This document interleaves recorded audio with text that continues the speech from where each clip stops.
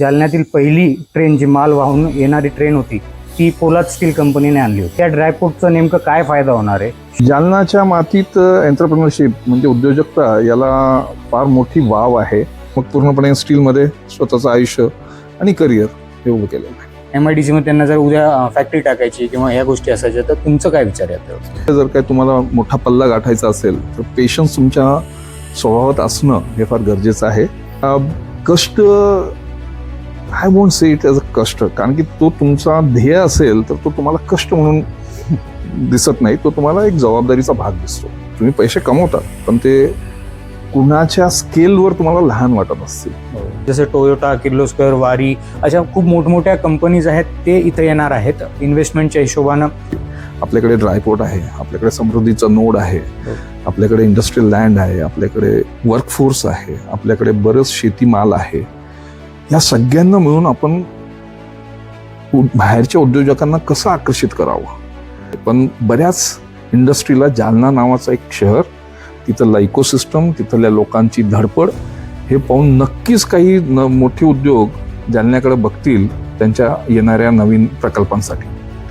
गडकरींच्या लक्षात आलं की बाबा माझ्याकडे हे सगळी मंडळी IIM मागण्यासाठी आली आहे, जे अगोदरच नागपूरला अलॉट झालं होतं, तर यांना मी रिकाम्या हाती पाठवणं योग्य नव्हे. की रोड वाहतूक हा कुठंतरी एक लिमिट करणार आहे. आणि माझ्या डोक्यात कुठं ना कुठं हे चालू होतं की रेल्वे ही आपल्यासाठी आता येणाऱ्या काळात गरजेची आहे. आणि त्याच दिवशी ठरलं की हे ड्रायपोर्ट जालना आणि संभाजीनगरच्या मध्ये येणार.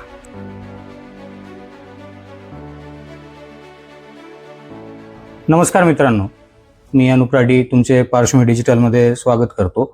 सध्या पुढच्या महिन्यात 3 तारखेला म्हणजे 3 सप्टेंबर रोजी जालन्यात एक खूप मोठी इंडस्ट्रीयल समिट होत आहे. जालना फर्स्ट ग्रुपच्या वतीने आयोजित ही इंडस्ट्रीयल समिट असणार आहे. याच्यामध्ये ड्रायपोर्ट आणि जालन्यातील औद्योगिक चालना कशी मिळेल, विकासाला चालना कशी मिळेल याच्यासाठी देशभरातील मोठमोठ्या कंपन्या, त्यांचे MDs वगैरे सगळे इथे येणार आहेत. त्याच्यावर चर्चा होणार आहे. इन्व्हेस्टमेंट कशा प्रकारे होणार यासाठी आपण सगळ्या गोष्टी जाणून घेणार आहोत. तत्पूर्वी जे ड्रायपोर्ट आहे 2014 साली केंद्रीय मंत्री नितीन गडकरी यांनी केंद्र शासनाद्वारे मराठवाड्यात दरेगावजवळ एक मराठवाड्यातील पहिलं ड्रायपोर्ट तयार होईल असं सांगितलं होतं. त्याच्यानंतर 2015 मध्ये जवळपास 25 डिसेंबरमध्ये याच्यासाठी ग्रीन सिग्नल देण्यात आलं. जवळपास 550 एकर MIDCच्या फेज 3 जवळ दरेगाव येथे 550 एकर जमीन संपादित करण्यात आली. त्याच्यातून जवळपास आता आज घडीला 64 एकर जागेवर विकसित झालेलं आहे सगळं. या ड्रायपोर्टाचं नुकत्याच काही दिवसांपूर्वी उद्घाटन देखील झालं. त्याच्यामध्ये जालन्यातील पहिली ट्रेन जी माल वाहून येणारी ट्रेन होती ती पोलाद स्टील कंपनीने आणली होती. आता या ड्रायपोर्टचा नेमकं काय फायदा होणार आहे? शेती व औद्योगिक जे माल आहे ते राष्ट्रीय आंतरराष्ट्रीय स्तरावर कशा प्रकारे याचा वाहतूक होणार, विकास कंपनी आहे त्यानं पुढच्या 15 वर्षासाठी या मालवाहतुकीची जबाबदारी घेतलेली आहे. या सगळ्या गोष्टीची डिटेल माहिती जाणून घेण्यासाठी आज आपल्या विशेष कार्यक्रमामध्ये एक असे गेस्ट आहेत ज्यांनी आपलं शैक्षणिक जीवन जे आहे ते राष्ट्रीय हिंदी विद्यालयातून केलं, शिक्षण कंप्लीट इथं केलं. तर 2000 साली ते एका स्टील कंपनीमध्ये वर्किंग पार्टनर म्हणून सहभागी झाले. त्याच्यानंतर 2003 नंतर ते 1.5 वर्षासाठी नाशिक येथील एका कंपनीमध्ये त्यांनी काम केलं. 2004च्या शेवटी त्यांनी जालन्यातील भाग्यलक्ष्मी म्हणून जी एक कंपनी आहे त्याच्यात संचालकपद एक भूषवलं. तिथून आजपर्यंत ते भाग्यलक्ष्मी स्टीलमध्ये संचालक आहेत. या 22 वर्षात भाग्यलक्ष्मीच्या पोलाद जो त्यांचा एक ब्रँड आहे स्टीलचा, त्याला यशोशिखरावर नेण्यासाठी मोलाचा वाटा असलेले नितीन काबरा आज आपल्यासोबत आहेत.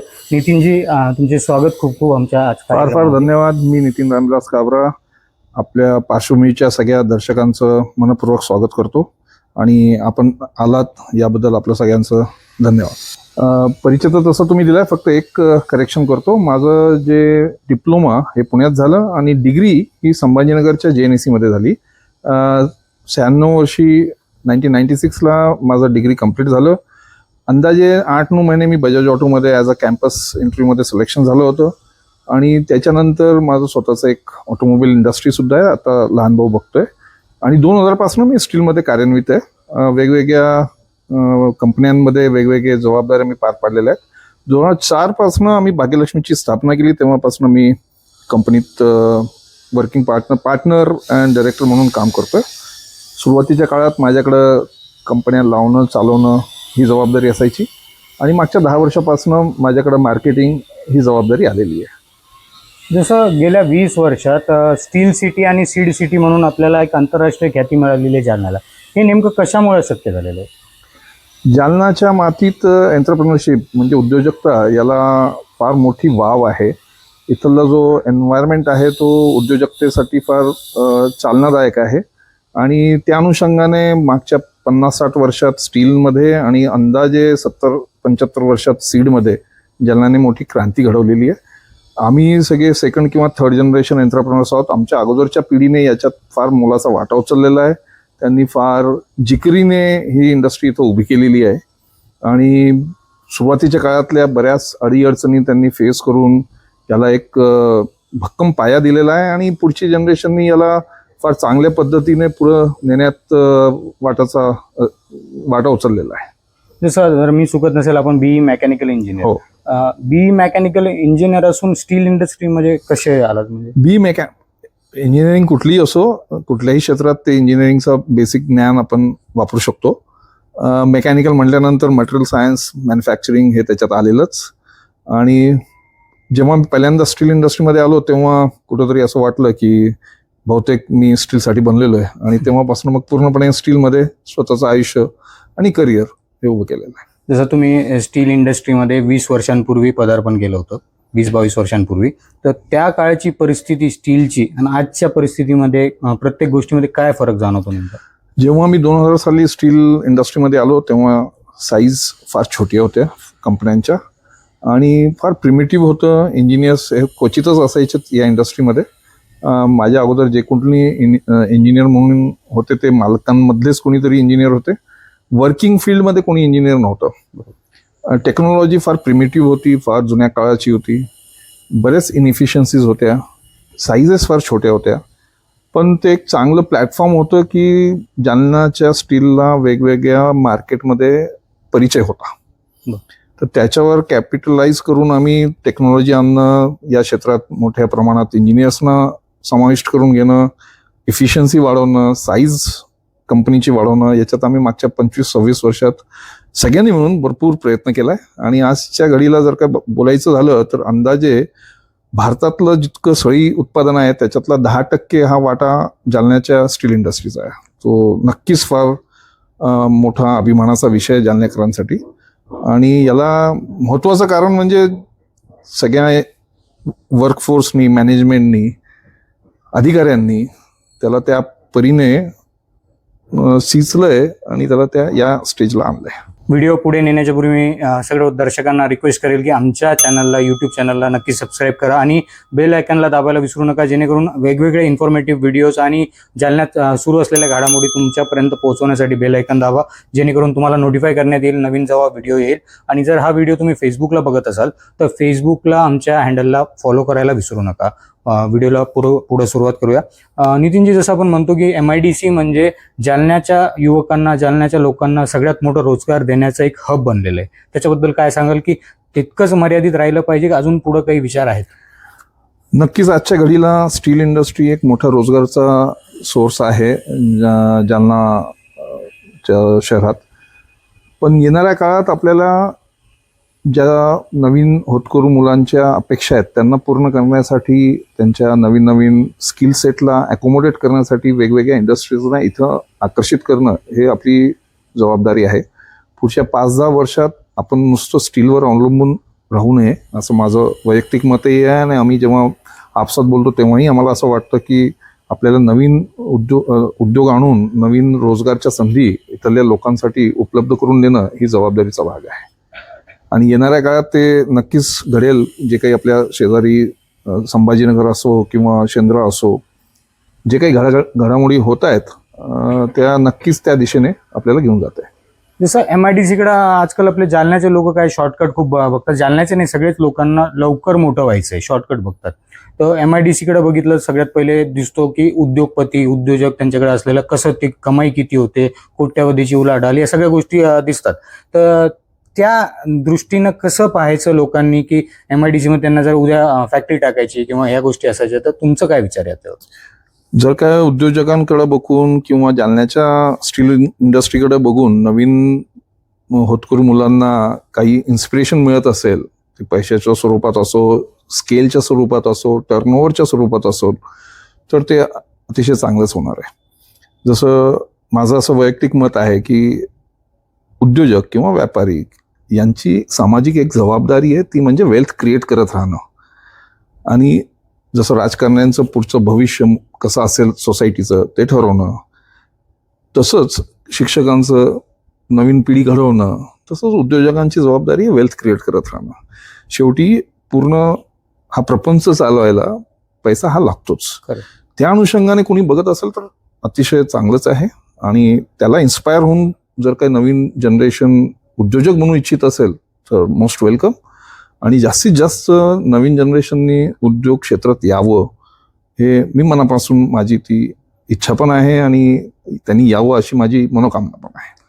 जसं आज भाग्यलक्ष्मीचं जे तुम्ही एक पोलाद एक निर्मिती करता, पोलाद एक ब्रँड जे बनवलं, ते ब्रँड बनवण्यासाठी तुम्हाला काय कष्ट घ्यावे लागले, जेणेकरून आपल्या दर्शकांनाही कळेल की नेमकं याच्या मागं बॅकग्राऊंड स्टोरी जे बिहाइंड द सीन्स आपण म्हणतो ते लोकांना दिसत नाही, तर ते सांगाल?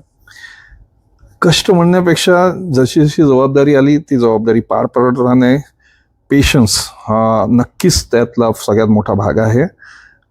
जसं आपण म्हणलात शॉर्टकट नवीन जनरेशनला फार आय विल से जिकरीचं वाटतं, पण माझं असं मत आहे जर काय तुम्हाला मोठा पल्ला गाठायचा असेल तर पेशन्स तुमच्या स्वभावात असणं हे फार गरजेचं आहे. मागच्या 20-22 वर्षात जे काही आम्ही भाग्यलक्ष्मी ग्रुपमध्ये घडवलं त्यात एकटा मी किंवा एकटे डायरेक्टर बॉडी ही त्याला जबाबदार किंवा त्याला रिस्पॉन्सिबल नाही म्हणता येणार. पूर्णपणे जी इकोसिस्टम आहे जालन्याची स्टील इंडस्ट्रीची असेल, कंपनीतल्या वर्कर्सची असेल, या सगळ्यांची त्याच्यात फार मोठा वाटा आहे. नक्कीच. आणि या सगळ्यांना सोबत घेऊन चालणं हे कुठल्याही उद्योजकाला हे सगळ्यात महत्त्वाचा विषय असतो. तर जर काही नवीन जनरेशनला उद्योजक बनवून घ्यायचं असेल स्वतःला तर पेशन्स, लोकांना सोबत घेऊन चालणं आणि थोडा मोठा विजन ठेवणं हे महत्त्वाचं आहे. कष्ट I won't say it as a कष्ट, कारण की तो तुमचा ध्येय असेल तर तो तुम्हाला कष्ट म्हणून दिसत नाही, तो तुम्हाला एक जबाबदारीचा भाग दिसतो. तर त्याला जबाबदारीचा भाग समजून तुम्ही करायला लागलात तर कुठलाही रिग्रेट राहत नाही आणि यश हा नक्कीच मिळतो. नक्की. जो तुम्ही एक मूलमंत्र दिलाय, आपण एक म्हणतो ना, नेव्हर से डाय ॲटिट्यूड. आज नितीनजीने जे सांगितलंय की आपल्याला एक विजन सगळ्यात महत्त्वाचं असतं. एक मूलमंत्र त्यांनी दिलाय की नवीन पिढीने जर नवीन उद्योगात उतरायचं असेल तर कशा प्रकारे काय काय गोष्टी त्यांनी डोळ्यासमोर ठेवल्यात, त्यांनी काय ठेवल्या पाहिजे ते आपल्याला मार्गदर्शन मी याच्यावर एक अजून बोलायला आवडेल मला गोपालजी. कंपाऊंडिंग इफेक्ट हा व्यवसायात फार मोठा रोल प्ले करतो. कुठलाही नवीन उद्योजक नक्कीच त्याला वाटत असतं की त्यांनी येणाऱ्या 1-2 वर्षात फार मोठं व्हावं. क्वचित असे काही प्रकरण आपल्या नजरेत येतात सुद्धा, पण पहिले 10-12 वर्ष हे तुमचा उद्योगचा फाउंडेशन लेईंग असतं. तुम्ही पैसे कमवतात पण ते कुणाच्या स्केलवर तुम्हाला लहान वाटत असतील, पण जसं 10-12 वर्ष नंतर जेव्हा तुम्ही बघतात तेव्हा तुमची जी भरारी असते, जर काय तुम्ही त्या व्यवसायाला चिकटून असाल, त्याच्यावर तुम्ही फार प्रेमाने काम करत असाल तर 10-12 वर्षानंतरची जी भरारी असते ती खरी भरारी असते. तर हा पेशन्स जो आहे ना तो कंपाऊंडिंग सोबत बघायचं, ही जर काय नवीन पिढीने आत्मसात केलं तर मला वाटतं की येणारा काळ हा नवीन पिढीसाठी फार सुवर्ण काळ असेल. नक्की. जसं आपण म्हणतो ना, कष्ट करत जावं, आपण कर्म करत जावं, फळाची अपेक्षा नाही करू. परमात्मा आहे, कष्ट केलं तर नक्कीच तुम्हाला यश प्राप्तही होईल. कधी येईल त्याला सांगता येत नाही, पण कष्ट करत राहावं जसं नितीनजी म्हणतात. तर नितीनजी, या जर्नीमध्ये आजपर्यंत तुम्ही आज यशोशिखरावरती नेऊन पोहोचवलंय. तुमचं नाव, जालन्याचं नाव, प्रत्येक स्टील इंडस्ट्रीनं आज जालन्याचं नाव म्हणून सीड इंडस्ट्री म्हणून, सीड सिटी, स्टील सिटी म्हणून ओळखलं जातं. असे काही प्रसंग आले का जिथं असं वाटलं की यार नाही आता बस झालं, की म्हणजे काही टेन्शन आलं की आता नाही होत पुढं? व्यवसाय म्हणलं की अपडाऊन असतात, मानसिक त्रास असतो, पण काही दिवसानंतर ते सवयीचं होऊन जातं. आणि हा त्रास आपल्या नजरेने त्रास असतो. प्रत्येकांची आपापली भूमिका असतात. कधी त्या भूमिका विपरीत असतात तेव्हा आपल्याला त्रास होतो. जेव्हा त्या वेगवेगळ्या लोकांच्या भूमिका एका डायरेक्शनला असतात तेव्हा ग्रोथ होते. बरोबर. असे वेळ येणार, प्रत्येकाच्या जीवनात येणार, आणि ते जर काही आपल्याला थांबवत असेल तर मग आपण व्यवसाय करण्यासाठी योग्य नाही असं समजून घ्यावं. सो मी त्याला म्हणजे असं कधी आलं का मनात असं जर काही प्रश्न असेल तर नक्कीच कधी नाही आलं, to be very honest with you. आणि नेहमी माझ्याकडं सकाळी प्रार्थना करताना मी मनातनं एकच मागत असतो की शेवटच्या क्षणापर्यंत मी काहीतरी उद्योग करत राहणं, एवढीच मला शक्ती परमेश्वराने द्यावी. कधी थांबावं असं आत्तापर्यंत आलं नाही आणि क्वचित येऊ नये अशी माझी अपेक्षा राहणार आहे. नक्की. जसं जिद्द, चिकाटी आपण ज्याला म्हणतो, ती समोर असली ना की काही वाटत नाही. किती खराब दिवस आले, काय डाऊनफॉल आलं, ते महत्वाचं नसतं. ध्येय जोपर्यंत अचीव होत नाही तोपर्यंत लढत राहायचं. बाळासाहेब ठाकरे नेहमी म्हणायचे की रडायचं नाही, लढायचं. तेच ॲटिट्यूड आपण ह्या गोष्टी आपण आत्मसात केल्या पाहिजे. आता या सगळ्या जर्नीमध्ये आपण बघतो तर परिवाराची साथ खूप मोलाची असते. तर आपल्याबद्दल कसं आहे, परिवाराचा सपोर्ट कसा असतो? 100%. म्हणजे या जर्नीमध्ये परिवार नसेल सोबत तर या जर्नीला तसाही काही अर्थ राहत नाही. आणि फार इंटरेस्टिंग असं आहे की मागच्या 10 वर्षापासून माझी धर्मपत्नी सुद्धा इंडस्ट्रीमध्ये जॉईन झाली आहे. अच्छा. 2 वर्षापूर्वी माझा मोठा मुलगा सुद्धा इंडस्ट्रीमध्ये जॉईन झाला आहे. वडील सुद्धा अगोदर स्टील इंडस्ट्रीमध्ये काही वर्ष त्यांनी घालवलेले आहेत. तर घरचा जो पूर्ण वातावरण आहे तो त्यांना माहिती आहे की या इंडस्ट्रीमध्ये काय अपडाऊन असतात, किंवा मूड खराब असतो किंवा मूड चांगला असतो. तर त्यांची साथ नेहमीच मिळाली आणि ती मिळतच आहे, आजही मिळत आहे. आणि आता ते सगळे म्हणजे आमचं घर असं म्हणता येईल की एक स्टील इंडस्ट्रीच्या सराउंडिंग पूर्ण झालेलं आहे. सगळे स्टील इंडस्ट्रीशी जोडले ते. तर आय डोंट थिंक की कोणाची ग्रोथ म्हणजे परिवाराच्या सहकार्याशिवाय होईल असं शक्यच नाहीये. नक्की. जसं भाग्यलक्ष्मी जे तुमचं आहे तसं परिवाराचं, जसं तुम्ही परिवाराबद्दल बोलले, भाग्यलक्ष्मीमध्ये वेगवेगळे पार्टनर्स आहेत, त्यांच्यामध्ये तुम्ही सामंजस्य ठेवणं. कारण आजकाल काय आलेलं, पार्टनरशिप म्हटलं की खूप भीती वाटते बऱ्याचदा. काही असे किस्से आम्ही आता स्वतः वर्तमानपत्रात छापतो. आता तुमच्याकडे पण पार्टनर्स आहेत, तुम्ही कसं सामंजस्य ठेवतात इतके वर्ष? मला वाटतं त्याच्यात आम्ही तर फळ खातोय. ही जी भूमिका आहे पार्टनरशिपमध्ये व्यवसाय करायची, ही जालन्याला फार जुन्या काळापासून अवगत आहे. नुसतं भाग्यलक्ष्मीमध्ये पार्टनरशिप नाही आहे, प्रत्येक जालन्याच्या स्टील युनिटमध्ये काही ना काही प्रमाणात पार्टनरशिप आहेच. आणि आमच्यापेक्षाही जास्त पल्ला गाठलेले लोक सुद्धा आहेत. होतात कधी क्वचित कोणाच्या एखाद्या व्यवसायामध्ये पार्टनर्समध्ये काही मतभेद असू शकतात. ते मनभेद नको व्हावे एवढंच तुम्ही लक्ष ठेवायचं. मतभेद होणार, वेगवेगळ्या विचारसरणीचे लोक असतात जे जेव्हा एकत्र येतात, ध्येय सारखे असतात, तर थोडेफार मतभेद तुम्हाला ऍडजस्ट करून पुढे जावंच लागतं. मी फॉर्च्युनेट आहे कारण की या मातृभूमीत तो कल्चर अगोदरपासूनच होता. आणि मला जे कोणी पार्टनर म्हणून लाभलेत त्यांचं विजन, त्यांची ॲकोमोडेट करायची सवय, सगळ्यांना सोबत घेऊन चालायची सवय ही फार चांगली होती आणि त्याचा मला नक्कीच फायदा झाला. येत्या 3 तारखेला 3 सप्टेंबर रोजी हॉटेल सिद्धार्थ फनमध्ये खूप मोठं इंडस्ट्रियल समिट हे आयोजित करण्यात आलेलं आहे. आणि तेही केलेलं आहे जालना फर्स्ट ग्रुपचे जे यंग मुलं आहेत, सगळे काही इंडस्ट्रियलिस्ट आहे, काही उद्योजक आहेत, काही वेगवेगळ्या क्षेत्रातले मुलं आहेत, यंग तरुण पिढी आहे, त्यांनी ऑर्गनाईज केलेलं आहे. तर याबद्दल तुम्ही कसं बघता? कारण की आम्ही दर्शकांना पुन्हा एकदा आठवण करून देतो, हा व्हिडिओ आम्ही बनवतोय खास करून जे 3 तारखेला इंडस्ट्रियल समिट होते त्याच्यानं काय आहे की मोठमोठ्या कंपनीज जसे टोयोटा, किर्लोस्कर, वारी अशा खूप मोठमोठ्या कंपनीज आहेत, ते इथे येणार आहेत इन्व्हेस्टमेंटच्या हिशोबानं, पुढं काय विकास करता येईल त्या हिशोबानं. आणि सगळं ऑर्गनाईज केलंय हे तरुण मुलांनी. या तरुण मुलांनी जे ऑर्गनाईज केलं याच्याकडे कसं बघता, याचा काही फायदा होईल? कुठल्याही शहराचा विकास हे त्यांची पुढची जनरेशन त्या शहराकडे कसं बघते किंवा त्याला कुठं नेऊ इच्छिते त्याच्यावर अवलंबून आहे. ही जी नवीन पिढी येते, कुठल्याही क्षेत्रात ते त्यांचे मागची जनरेशन काम करत असेल, ही सगळी नवीन पिढी यांना एक्सपोजर मिळालं आहे, बाहेर शिकून आलेले आहेत, कोणी बाहेर राज्यात शिकलेत, कोणी बाहेर देशात शिकलेले आहेत, त्यांनी जग बघितलंय, त्यांच्या काही अपेक्षा आहेत त्यांच्या शहरांकडनं. तर लोकांकडनं मागण्यापेक्षा माझा शहर कसा असला पाहिजे पुढच्या 10, 15, 20 वर्षात ते त्यांनी ठरवणं आणि त्या दिशेने स्वतः काम करणं हा त्यांचा जो ध्येयमंत्र आहे तो मला वाटतं की नक्कीच सराहनीय आहे. आणि त्यांनी तो विडा जो उचलला आहे, मी त्यांना शुभेच्छा देतो की रडत बसण्यापेक्षा आपला शहर, आपल्या शहराच्या लोकांसाठी कसा असला पाहिजे पुढच्या 20-30 वर्षात, त्याच्यासाठी त्यांनी विचार करणं सुरू केलं आहे. आणि त्या अनुषंगाने मागेही त्यांनी वेस्ट मॅनेजमेंटवर त्यांनी मंथन केलं आहे. ते शिकून घेत आहेत की नेमकं काय प्रॉब्लेम्स आहेत, कसे आहेत, वेगवेगळ्या क्षेत्रात लोक काय काम करतायत, ते सगळं संकलन करतायत. 2-4 वर्ष मला वाटतं त्यांच्या संकलनाला जातील. आणि जेव्हा त्यांना सगळं लक्षात येईल की आता शहराला कुठं घेऊन जायचंय, तर नक्कीच ही मुलं भरपूर मोठ्या प्रमाणात कॉन्ट्रीब्यूट करतील अशी मला खात्री आहे. त्यातलाच हा 3 सप्टेंबर रोजीचा जो कार्यक्रम त्यांनी आयोजित केला आहे, मागची भूमिका जेव्हा त्यांनी मला कळवली की आपल्याकडे ड्रायपोर्ट आहे, आपल्याकडे समृद्धीचा नोड आहे, आपल्याकडे इंडस्ट्रियल लँड आहे, आपल्याकडे वर्कफोर्स आहे, आपल्याकडे बरंच शेतीमाल आहे, या सगळ्यांना मिळून आपण बाहेरच्या उद्योजकांना कसं आकर्षित करावं की त्यांनी त्यांची पुढची इन्व्हेस्टमेंटसाठी जालन्याला एक डेस्टिनेशन म्हणून बघावं, हा जो त्यांचा विचार होता, तो त्या विचाराच्या अनुषंगाने ही सुरुवात झालेली आहे.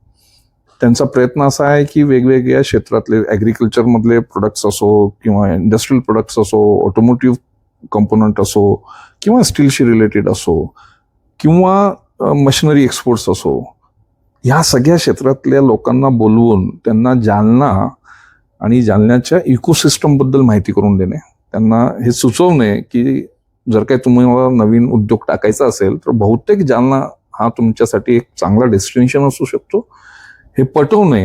याच्यासाठी हा सगळा जो खटाटोप आहे तो त्यांनी फार चांगल्या पद्धतीने ऑर्गनाईज केलेला आहे. आणि मला नक्कीच खात्री आहे पहिल्या दिवशी येऊन सगळेच फायनल होतील प्रोजेक्ट असं नाहीये, पण बऱ्याच इंडस्ट्रीला जालना नावाचं एक शहर, तिथलं इकोसिस्टम, तिथल्या लोकांची धडपड हे पाहून नक्कीच काही मोठे उद्योग जालन्याकडे बघतील त्यांच्या येणाऱ्या नवीन प्रकल्पांसाठी. नक्की आपण अपेक्षा करतो की आपलं शहर विकसित झालं पाहिजे, त्याच्यासाठी आपलाही त्याच्यात खारीचा वाटा असतो. प्रत्येक गोष्ट दुसऱ्याकडून अपेक्षा करणं हे कितपत योग्य असतं हे आपण विचार केलं पाहिजे. त्याच दृष्टीनं जसं नितीनजी म्हणाले की ही तरुण पिढी आहे, ही समाजाचं काही देणं लागतो, आपण त्या हेतूनं काहीतरी एक प्रयत्न करते की काहीतरी जालना कसं विकसित झाला पाहिजे त्यासाठी नवे नवे खटाटोप म्हणजे आयडियाज आणणं सुरू आहे आणि ते प्रयत्न करतात. जसं ड्रायपोर्ट 2014 साली नितीनजी गडकरी यांनी सांगितलं होतं की एक केंद्र शासनामार्फत मराठवाड्यातील पहिलं ड्रायपोर्ट होणार. ते भिजत घोंगडं जवळपास 10-12 वर्षापासून तसंच होतं. फायनली त्याला 2024 साली वाटतं पंतप्रधान मोदींनी ऑनलाईन त्याचं लोकार्पण केलं आणि 3-4 महिन्यांपूर्वी फडणवीस साहेबांनी त्याला हिरवी झेंडी दिली आणि चालू झालं. आणि त्याच्यात पहिली जी माल वाहतूक करणारी गाडी होती ही पोलादची आली होती. त्याबद्दल काय सांगणार, काय एक्सपिरियन्स होता? पहिली गाडी तुमची येते, कारण सुरुवात झाली, काही मनात काय होतं त्या गोष्टी? नक्कीच अभिमानाचा क्षण होता, काही वादच नाही. कारण की ती जी मीटिंग होती 7 किंवा 9 ऑगस्ट 2014ची दिल्लीतली, त्या मीटिंगला सुद्धा मी होतो गडकरी साहेबांच्या, जिथं मराठवाड्याचे सगळे खासदार उपस्थित होते आणि CMIने पुढाकार घेऊन संभाजीनगरला IIMचा सेंटर उभा राहावा यासाठी प्रयत्न करत होते. गडकरींच्या लक्षात आलं की बाबा माझ्याकडे हे सगळी मंडळी IIM मागण्यासाठी आली आहे, जे अगोदरच नागपूरला अलॉट झालं होतं, तर यांना मी रिकाम्या हाती पाठवणं योग्य नव्हे. तर त्यांनी तिथं त्यांची इच्छा दाखवली की बाबा मी IIM तर नाही म्हणू शकत, पण त्यांच्याकडे त्यावेळेस शिपिंग मिनिस्ट्री सुद्धा होती, पोर्ट अँड शिपिंग. तर त्यांनी सांगितलं माझ्या मंत्रालयाअंतर्गत मी 2 ड्रायपोर्ट हे महाराष्ट्रासाठी करायची इच्छा आहे, एक मराठवाड्याला आणि एक विदर्भाला. विदर्भाचा वर्ध्यासाठी त्यांनी नक्की केला आणि मराठवाड्याचं त्यांनी सांगितलं की बाबा तुम्ही सुचवा कुठं करायचं आहे. मी तेव्हा ऑडियन्समध्ये होतो आणि बऱ्याच वर्षापासून मी विचार करत होतो की स्टीलचा जो एक्सपोर्ट वाढवायचा आहे किंवा इम्पोर्ट रॉ मटेरियलचं करायचं आहे, त्याच्यासाठी रोड वाहतूक हा कुठंतरी एक लिमिट करणार आहे. आणि माझ्या डोक्यात कुठं ना कुठं हे चालू होतं की रेल्वे ही आपल्यासाठी आता येणाऱ्या काळात गरजेची आहे. मला भूगोल इथला चांगल्या पद्धतीने माहीत होता त्यावेळेस, तर मी जे मास्टर ऑफ सेरेमनी होते डॉक्टर पंढरे साहेब, त्यांना एक मेसेज केला की सर तुम्ही डिक्लेअर करा की जागा आम्ही आयडेंटिफाय केली आहे, तुम्ही हो म्हणा. आणि त्यांनी तिथं तो डिक्लेअरही केला. आपले त्यावेळेसचे खासदार साहेब, त्यांना आम्ही अवगत केलं तिथंच. आणि त्याच दिवशी ठरलं की हे ड्रायपोर्ट जालना आणि संभाजीनगरच्या मध्ये येणार. स्वाभाविक आहे, इतका मोठा प्रकल्प आहे तर सरकारी यंत्रणातल्या बऱ्याच काही गोष्टी असतात, त्याला थोडा वेळ गेला. आपल्यासाठी नवीन अनुभव होता, कधी आपण सेंट्रल स्टेट यांच्याबरोबर काम करून असे कुठले प्रकल्प आणले नव्हते, तर थोडं आपल्यालाही शिकायला वेळ गेला त्याच्यात. पूर्ण चूक ॲडमिनिस्ट्रेशनची आहे अशी मी नाही म्हणणार, पण सगळ्यांनी आपल्या परीने प्रयत्न केला. थोडा वेळ जास्त गेलाय. मधल्या काळात कोविड सुद्धा होता, 1.5-2 वर्ष त्याच्यातही गेलं. पण जे काही झालं आज ते फार म्हणजे माझं समाधान आहे. ज्या पद्धतीने ते रूप घेतलंय, ज्या पद्धतीने त्याची कॅपॅसिटी इन्स्टॉल झाली आहे, हे फार चांगल्या लेवलचा ड्रायपोर्ट झालाय आणि येणाऱ्या काळात हा इथला गेम चेंजर होणार आहे. सो त्या ड्रायपोर्टमध्ये ज्या जर्नीमध्ये मी इन्व्हॉल्व्ह होतो, तिथं जर काय पहिली वाहतूक करणारी रेल्वे पोलादची असेल तर नक्कीच मला त्याचा अभिमान होताच. कृतज्ञ सुद्धा आहे की आम्हाला ती ऑपॉर्च्युनिटी मिळाली. पहिली जी आम्ही वाहतूक करणारी रेल्वे मागवली ती आमचा जो स्पॉन्ज अँड टाटा स्टीलच्या ओरिसाच्या प्रकल्पातनं येतं. प्रत्येक वेळेस तो ट्रकने यायचा किंवा ICD मालीवाडाला यायचा. तो आम्ही डायव्हर्ट करून जालन्याला बोलवला आणि त्याच्यानंतर माझ्या माहितीप्रमाणे 10-11 रेक्स ऑलरेडी आलेल्या आहेत. मधल्या काळात मागच्या महिन्याभरात फार तफावत होते प्राइजेसमध्ये, म्हणून थोडंसं आवक कमी झालेली आहे. पण ॲज युजल ते सिजनल असतं इफेक्ट. येणाऱ्या काळात परत सगळ्या रॉ मटेरियलच्या ट्रेन्स त्या ड्रायपोर्टला येणं परत सुरू होईल. आणि माझ्या माहितीप्रमाणे येणाऱ्या महिन्याभराच्या आतात तिथं इम्पोर्ट एक्सपोर्टचं लायसन्स सुद्धा येणार आहे. फार मोठा आपल्याकडं ऑपॉर्च्युनिटी आहे इथून मटेरियल देशाच्या बाहेर पाठवण्यासाठी. जेव्हा ड्रायपोर्ट अप्रूव्ह झाला 2014 साली, तर मी विचार करत होतो की इथून आपण काय काय करू शकतो. तुम्हाला एक सुचलं की आपण इथून एक्सपोर्ट सुद्धा करू शकतो. आणि त्याच काळात मला कोणी असे सज्जन भेटले जे एक्सपोर्टमध्ये प्रयत्न करत होते. So we started experimenting. आम्ही थोडं प्रयत्न करायचं सुरू केलं आणि 2017 साली पोलादने सळी एक्सपोर्ट करणं सुरू केलं. पहिल्या वर्षी मला वाटतं 250-300 टन आम्ही एक्सपोर्ट केला असावं. आणि हळूहळू आम्ही इंटरनॅशनल मार्केटमध्ये बसवत मागच्या फायनान्शियल इयरमध्ये आम्ही 25,000 टनापर्यंत वर्षाला एक्सपोर्ट केलंय. आजच्या घडीला तो प्लॅटफॉर्म की कोणाला विकावं हा प्रश्न राहिलेला नाहीये. तो प्लॅटफॉर्म एक्सपोर्टरनी, पोलादने, अजून 1-2 कंपन्यांनी तो एक्सप्लोअर करून रेडी केला आहे. फक्त आता जी अडचण होती ती होती की मोठ्या क्वांटिटीमध्ये मटेरियल पोर्टपर्यंत घेऊन जाणं हा एक मोठा त्रासदायक विषय होता. म्हणून आम्ही या क्वांटिटीवर स्ट्रिक्ट झालो होतो. पण इम्पोर्ट एक्सपोर्टचा लायसन्स आल्यानंतर इथून मोठ्या प्रमाणावर एक्सपोर्ट येणाऱ्या वर्षभरात आपल्याला बघायला मिळेल, ज्याला आम्ही बल्क एक्सपोर्ट म्हणतो. असे काही कस्टमर इंटरनॅशनल मार्केटमध्ये जे 10-20,000 टन एका वेळेस विकत घ्यायची ताकद ठेवतात. आपण द्यायची ताकद ठेवतो, फक्त इथून ट्रान्सपोर्ट कसं करणार हा विषय होता. तो विषय with the operation of dry port तो सॉल्व्ह झालेला आहे. सो येणारा काळ हा स्टील एक्सपोर्टसाठी एक ऑपॉर्च्युनिटीचा सुवर्ण काळ आहे, यात मला कुठंच वाद नाही. आणि त्याचा सगळ्यात मोठा टर्निंग पॉईंट हा ऑपरेशनलायझेशन ऑफ ड्रायपोर्ट. जसं तुम्ही म्हणता की बायर्स अवेलेबल, घेणारे अवेलेबल आहेत, पाठवण्याची जी एक ही होती ती आता सॉल्व्ह झाली. ज्या दिवशी सुरळीत सगळी मालवाहतूक सुरू होईल, नेमकं कोणत्या उद्योगांना फायदा होईल? कारण की जसं तुम्ही म्हणताय की आज आंतरराष्ट्रीय बाजारपेठ सुद्धा आपल्याला खुली होते. कारण आम्ही तिथं पाहून आलोय, व्हिडिओमध्ये मी बॅकग्राऊंडमध्ये दाखवण्याचा प्रयत्न करेल की तिथं कस्टम ऑफिसचं पण काम सुरू झालेलं आहे, जेणेकरून आंतरराष्ट्रीय बाजारपेठ तुमच्यासाठी आता खुली झालेली आहे. आपल्याकडं द्राक्ष, मोसंबी या गोष्टी, रेशीम, आपण जालना ज्याच्यासाठी नवाजला जातो ते आपण आता आंतरराष्ट्रीय बाजारपेठेत देखील पाठवू शकतो. अन्य काही गोष्टी, बऱ्याच गोष्टी असणार आहे. तर हे नेमके कोणत्या उद्योगांना ड्रायपोर्ट सगळ्यात जास्त फायदा देणार ठरेल? आता जे उद्योग आहेत त्या सगळ्या उद्योगांना तर नक्कीच फायदा होणार आहे. त्या द्राक्ष, जसं आपण म्हटलं, द्राक्ष, स्टील, सीड्स, कॉटन बेल्स. येणाऱ्या काळात नक्कीच ऑटोमोबाईल, जे शेंद्रा बिडकीन औद्योगिक वसाहतमध्ये जे नवीन प्रमाणात इन्व्हेस्टमेंट होत आहे आणि येणाऱ्या काळात 20 मिलियन व्हेकल्स, 2 कोटी vehicles I think 2 million vehicles, 20 lakh गाड्या प्रत्येक वर्षी व्हेकल्स बनवले जाणार आहेत ॲडिशनल. आणि या गाड्या देशभरात आणि देशाच्या बाहेर पाठवायला एक नेटवर्क लागेल. आपला जो ड्रायपोर्ट आहे त्याची लोकेशन या बिडकीनच्या परिसरापासनं अशी आहे की जर काय आपण त्याला डायरेक्ट कनेक्ट केलं मधल्या रोडने तर हा 30-35 किलोमीटरचा पल्ला आहे. 30-35 किलोमीटरमध्ये इतका मोठा ड्रायपोर्टचा सेंटर, जिथनं तुम्ही वर्षाला अंदाजे 70 लाख टन मटेरियल पाठवू किंवा आणू शकतात. म्हणजे 35 लाख पाठवून 35 लाख मागू शकतात. एवढी मोठी कॅपॅसिटीचा इन्फ्रास्ट्रक्चर सध्या नाही आहे. तर जर का हे 35 किलोमीटरचं अंतर आपण बनवलं, रोड बनवला त्यामध्ये, तर ऑटोमोबिलसाठी हा सेंटर फार मोठा कामाचा होईल. आणि फडणवीस साहेबांनी मध्यंतरी याच्यावर चर्चा सुरू झाली. बरेच वेगवेगळ्या प्लॅटफॉर्मवर याच्यावर बोलणं सुरू झालेलं आहे. सो ऑटोमोबिल एक आहे.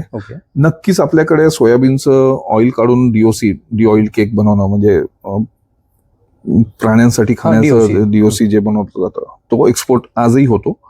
त्यांच्यासाठी सुद्धा ही एक स्वर्ण संधी आहे. कंटेनर लोकलमध्ये अवेलेबल असतील, कंटेनर आणून त्यात स्टफ करणं, परत तिथं पाठवणं, तिथंच क्लिअर करून घेणं कस्टमचं, आणि तिथून रेल्वेने JNPT किंवा वेगवेगळ्या पोर्टला, आता नवीन पोर्ट पण येतोय वाधवनचा, त्याला सुद्धा गडकरी साहेबांनी मागं सांगितलंय की ह्या ड्रायपोर्ट ते तिथं डायरेक्ट रेल्वे कनेक्टिव्हिटी देणार आहेत. तर हे जे काही फूड प्रोडक्ट्स आहेत, ऑटोमोबाईल आहे, स्टील आहे, कॉटन आहे, या सगळ्या वस्तूंसाठी हा पोर्ट फार मोलाचा दगड ठरणार आहे. जसं आपण म्हटलं की हा आता सुरू झाला आहे, आणि असे प्रोजेक्ट जे असतात ना ते 25, 30, 40 वर्षाच्या लँडस्केपवर बनवले जातात. आज सुरू झालं आणि आजच फुल होईल असं नसतं, शक्य नसतं. याला 3-4 वर्ष लागतात. कारण की हे पब्लिक इन्व्हेस्टमेंट आहे. पब्लिक इन्व्हेस्टमेंट शॉर्ट साइटेड नसते, ते मोठ्या पल्ल्यावर विचार करून केलेली असते. तर माझ्या अनुभवातनं, मला जितकं काही कळतं उद्योगातलं, 2030 ते 2032 या 2 वर्षांमध्ये हा ड्रायपोर्ट हा पूर्णपणे या एरियातल्या इंडस्ट्रीसाठी केंद्रबिंदू राहील हे मला दिसतंय. ड्रायपोर्ट हा नक्की म्हणजे मेगा स्केलवर जेव्हा त्यांचं म्हणण्याप्रमाणे नितीनजींच्या की 2030च्या नंतर ह्याचं काहीतरी एक वेगळं रूप बघायला भेटेल. ड्रायपोर्ट मुळे नेमकं जालना शहराचा विकास कसा होईल? एक आपल्याकडे जे नवीन उद्योजक आकर्षित होणार, जालन्याचे असो किंवा बाहेरचे असो, ज्यांना एक्सपोर्ट बेस काही प्रोडक्ट बनवायचे असतील, आणि आतापर्यंत एक्सपोर्ट म्हटलं की ते मुंबई, पुणे त्या परिक्षेत्रातच होऊ शकतं, हा जो एक विचारधारा होती ती कुठंतरी सुटेल. आणि इथं एक्सपोर्ट ओरिएंटेड बरेच काही प्रोडक्ट्स सुरू होण्यासाठी एक चालना मिळेल. तर त्याचा पहिला मुद्दा असेल की बाबा मला इथंच माझ्या दाराच्या शेजारीच एक्सपोर्ट होतोय आणि तिथून पुढे कोणी सांभाळतंय, माझी जबाबदारी इथं संपते, आणि ते एक फार मोठा सहकार्य त्यांना मिळेल नवीन उद्योग सुरू करण्यासाठी. उद्योग आले की इथल्या लोकांसाठी रोजगार आलेत. बरोबर. सो ड्रायपोर्ट हा एक्सपोर्टसाठी एक चालना देणं आणि नवीन उद्योगांना आकर्षित करणं आणि त्या अनुषंगाने नवीन रोजगार निर्माण करणं, तसा तो त्याचा उपयोग होणार आहे. सायकल ती बनणार. जसं तुकाराम मुंडे आल्यापासून आपण जसं म्हणतोय की ऑर्गॅनिक म्हणा, बऱ्याच गोष्टी ज्या चांगल्या गोष्टी आहेत त्याच्यावर भर दिला जातो लोकांना. या ड्रायपोर्टचा कुठं ना कुठं ही कनेक्टिव्हिटी त्यांच्या म्हणण्याप्रमाणे एक जाळं विणलं जातंय सगळीकडं. तुम्हाला कसं सोयीस्कर करता येईल, जसं स्टील इंडस्ट्रीला सोपं होईल, त्यांचं ट्रान्सपोर्टेशन कॉस्ट वगैरे या गोष्टी वाचू शकतील, अजून लांबपर्यंत पल्ला काढू शकतील. तसंच शेतीविषयक जर आपण बघितलं तर आपल्याकडं खूप चांगल्या क्वालिटीच्या गोष्टी बनतात, त्या तुम्ही कसं सहजासहजी मार्केटमध्ये पोहोचवाल. इंडियन मार्केट असो, राष्ट्रीय मार्केट असो किंवा आंतरराष्ट्रीय असो, आंतरराष्ट्रीय बाजारपेठेमध्ये तुमच्या मालाला किंमत देखील चांगली मिळते. त्याच्यामुळे आज तुम्हाला जे एक होतं ना की एक आपल्याकडे अवेलेबल काय नव्हतं, ते नेटवर्क कसं पाठवायचं हे प्रश्न होता, तर हे ड्रायपोर्टच्या माध्यमातून सॉल्व्ह होणार आहे.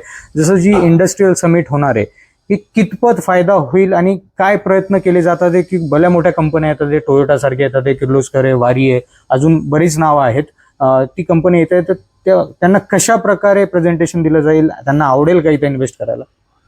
प्रयत्न हाच आहे सगळ्या मंडळींचा की त्यांना जालना शोकेस करून द्यावा की जालन्यामध्ये काय स्ट्रेंथ आहे, इथून काय घडवता येईल, का तुम्ही जालन्याला सिलेक्ट करावं तुमच्या पुढच्या एक्सपान्शनसाठी, असा हा सगळा प्रयत्न आहे. नक्कीच. कितपत यश मिळेल हे तर वेळ सांगेल. प्रयत्न करणं सगळ्यांच्या हातात आहे आणि मला खात्री आहे की सगळी नवीन जनरेशन त्याच्यात कुठंच कमतरता ठेवत नाहीये आणि ते पूर्णपणे प्रयत्न करतायत. प्रत्येकांना कॉल करणं आहे, बोलवणं आहे.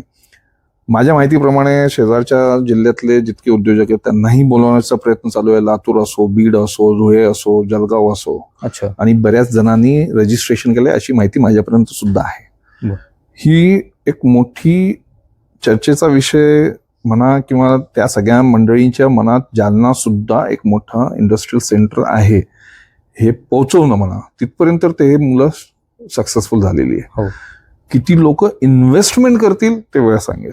आणि त्यासाठी स्वाभाविक आहे जालना शहराच्या प्रत्येक नागरिकाला काही ना काही कॉन्ट्रीब्यूट करावं लागणार आहे, in terms of law and order, in terms of ecosystem building, in terms of services building. आणि मला खात्री आहे जालन्याची लोक ज्या पद्धतीने कुठल्याही उद्योगाला बघते तर त्याचा फायदाही घेतील आणि ते इकोसिस्टम बिल्ड करण्यात मदतही करते. नक्कीच. शेवटी नितीनजी, जर दर्शकांना जर काही आवाहन करायचं आहे, काही संदेश द्यायचा तर काय देणार? आवर्जून या इंडस्ट्रियल समिटवर तुम्ही लक्ष ठेवावं. ज्यांना ज्यांना शक्य आहे त्यांनी अटेंड करावं रजिस्ट्रेशन करून. आणि कुठल्या ऑपॉर्च्युनिटी जालन्यात येणाऱ्या 5, 6, 10 वर्षात अवेलेबल होतील त्याला आत्मसात करून तुम्ही म्हणा किंवा तुमच्या पुढच्या पिढीला म्हणा, तुम्ही त्याच्यात मार्गदर्शन करावं, त्या क्षेत्रात कामाला सुरुवात करावी, जेणेकरून जेव्हा हा पूर्ण प्रकल्प फलस्वरूप येईल तेव्हा आपण कुठेही मागं राहू नये. हे फार सुरुवातीचं बीजारोपण आहे आणि जे लोक आजपासून या गोष्टीकडं त्या दृष्टिकोनातून बघायला सुरुवात करेल त्यांचं नक्कीच पुढच्या 5-7 वर्षात कालापलट होईल आणि त्यांनी त्याचा उपयोग करून घ्यावा या संधीचा, असं मी सगळ्यांना आवाहन करेन. खूप खूप धन्यवाद नितीनजी, आपण आपला अमूल्य वेळ आम्हाला दिल्याबद्दल आणि दर्शकांना खूप चांगली माहिती प्रोव्हाइड केल्याबद्दल. धन्यवाद. परत एकदा पार्श्वभूमीच्या सगळ्या दर्शकांना मनपूर्वक धन्यवाद. आपण सगळ्यांनी मला ऐकलं आणि संधी दिली त्याबद्दल फार फार आभार. तर हे होते आपल्यासोबत भाग्यलक्ष्मी स्टीलचे संचालक नितीन काबरा यांनी आपला अमूल्य वेळ देऊन आपल्याला बरीच काही चांगली माहिती दिलेली आहे. आमचा हा विशेष प्रयत्न होता की येणाऱ्या 3 सप्टेंबर रोजी जालन्यासाठी खूप महत्त्वाचा एक इव्हेंट होतोय, जी जालन्याची तरुण पिढी ऑर्गनाईज करते. जालना फर्स्ट तर्फे हॉटेल सिद्धार्थ फनमध्ये एक इंडस्ट्रियल समिट आयोजित करण्यात आलेली आहे. त्याच्यामध्ये जसं बाहेरच्या कंपन्या, आजूबाजूच्या कंपन्या येणार, इथं त्यांना सगळ्या माहिती दिली जाणार आणि ड्रायपोर्टचा कसा फायदा होईल उद्योगांना, शेतीला, या सगळ्या गोष्टीसाठी ते पटवून सांगण्यात येईल. या समिटमध्ये आपण नक्की सहभागी व्हा. रजिस्ट्रेशन करून त्याची जे काही माहिती असेल मी डिस्क्रिप्शनमध्ये टाकेलच. आमचा प्रयत्न हाच आहे की वेगवेगळ्या होणाऱ्या घडामोडी जालन्यात काय घडतंय ते आपल्याला माहिती व्हावं आणि या माहितीचे तुम्ही एक साक्षीदार व्हा. जालन्याचा जो एक नवा विकास युवा पिढीने एक ठरवलाय की बाबा आपल्याला काही वेगळ्या पद्धतीने हे करायचंय, त्यासाठी आमचा हा प्रयत्न होता. व्हिडिओ आवडला असेल, नितीनजींचे विचार तुम्हाला जर आवडले असतील तर हा व्हिडिओ नक्की वेगवेगळ्या लोकांपर्यंत शेअर करा आणि पाहत राहा पार्श्वभूमी डिजिटल.